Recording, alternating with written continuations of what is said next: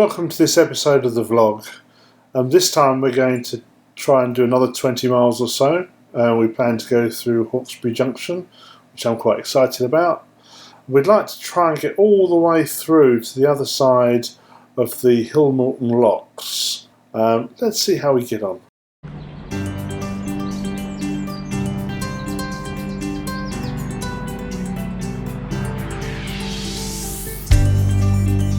So another early start for us. We set off, and do you know what? I love these early morning runs. It's always so peaceful. There are no other boats around. You just glide through unbroken waters.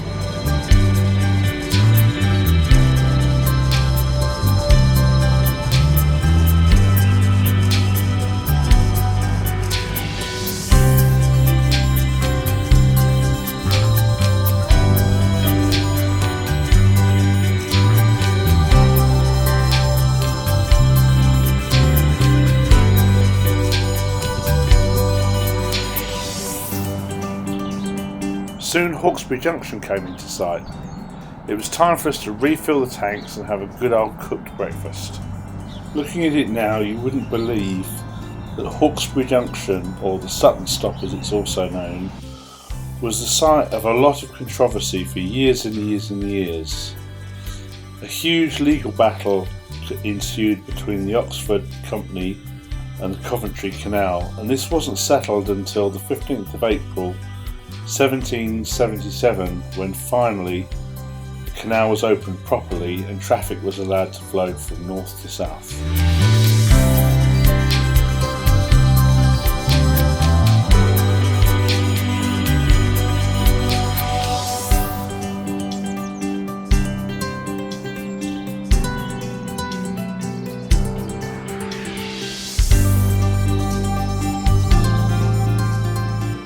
There was another reason I was looking forward to coming to Hawkesbury Junction, and that's the fascinating 180-degree turn you have to do when you get here. Now, that's quite a challenge in a boat you don't know very well, and if that wasn't difficult enough in its own right, you've got to do it going under a bridge. What I like to do in these situations is keep the boat nice and slow. That way, when you rev the boat up hard, it will turn quite crisply. You can always use a little bit of reverse as well to increase the rate of turn. A narrowboat doesn't have any keel underneath it, so it slides sideways very, very easily. And if you come into this sort of turn with too much speed on, you'll slide outwards to the outside of the turn. Today though, kept it nice and calm, nice and quiet, turned it round, no problems. Even these couple of fellas up here who tried to get in my way weren't much of an obstacle.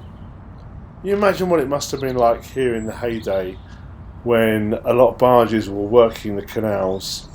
There'd have probably been a dozen or two barges moored up here.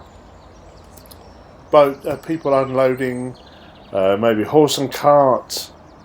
It must have been a fascinating and busy scene.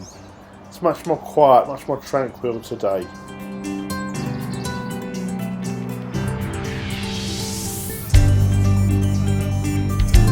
Just after you make the turn at Hawkesbury, there's a little lock. When we got there was a boat coming the other way, the lock was in their favour, so it was a chance for me to jump off and give them a hand. It's always good to look out for people who are single-handed, and just give them a hand if you can.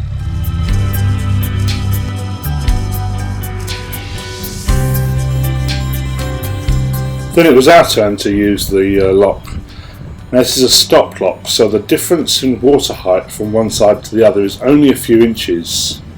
Now, they served a purpose of a control point to make sure that boaters would stop and pay their tariffs.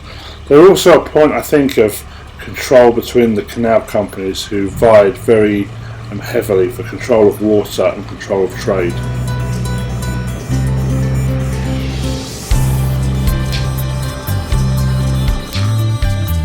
Just after you leave Hawkesbury is this little area of green which you can moor up to. I think it would be a good place to spend a few days. Water's quite close by, and so's the pub.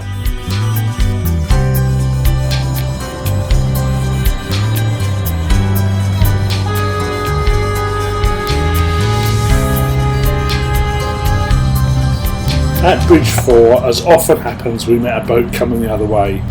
He couldn't really see us because he was coming into a curve, so I gave him a good old toot of the horn to let him know I was there. We both slowed down and passed without incident, but it's funny, if you're going to pass another boat, it always seems to be on corners or bridges.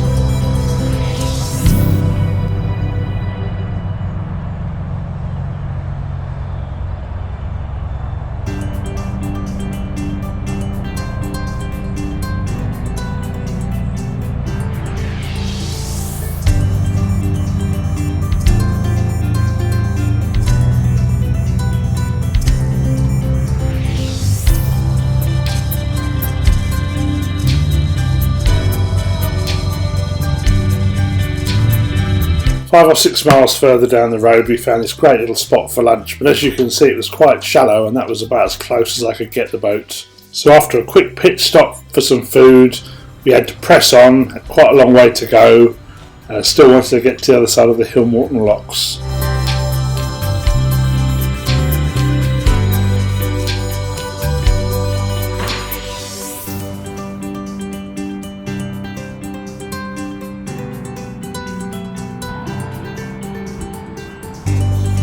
In the 1820s, there was much work done to straighten the North Oxford Canal, which is why you'll often see these beautiful bridges by the side.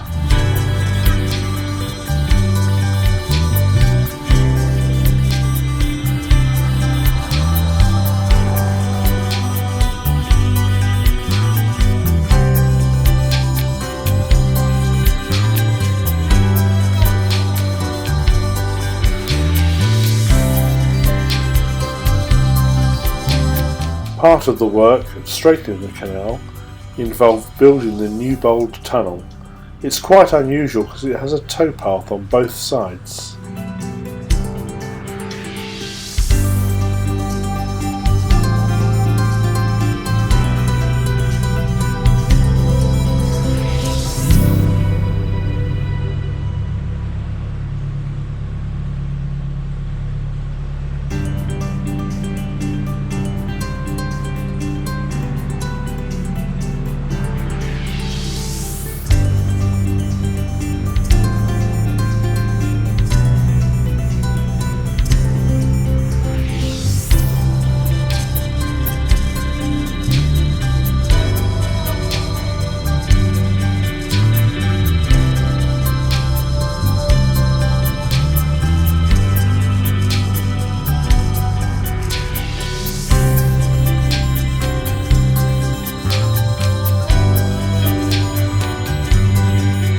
Shortly after you pass the Narrowboat tunnel, you arrive at the visitors' moorings for rugby.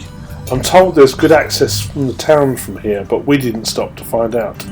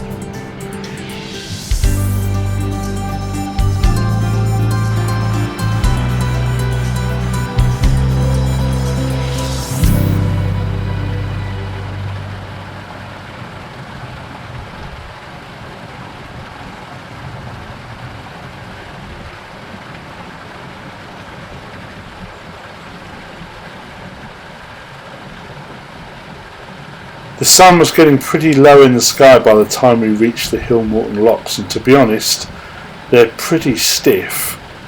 Fortunately, we had a newly purchased Lockmaster windlass aboard.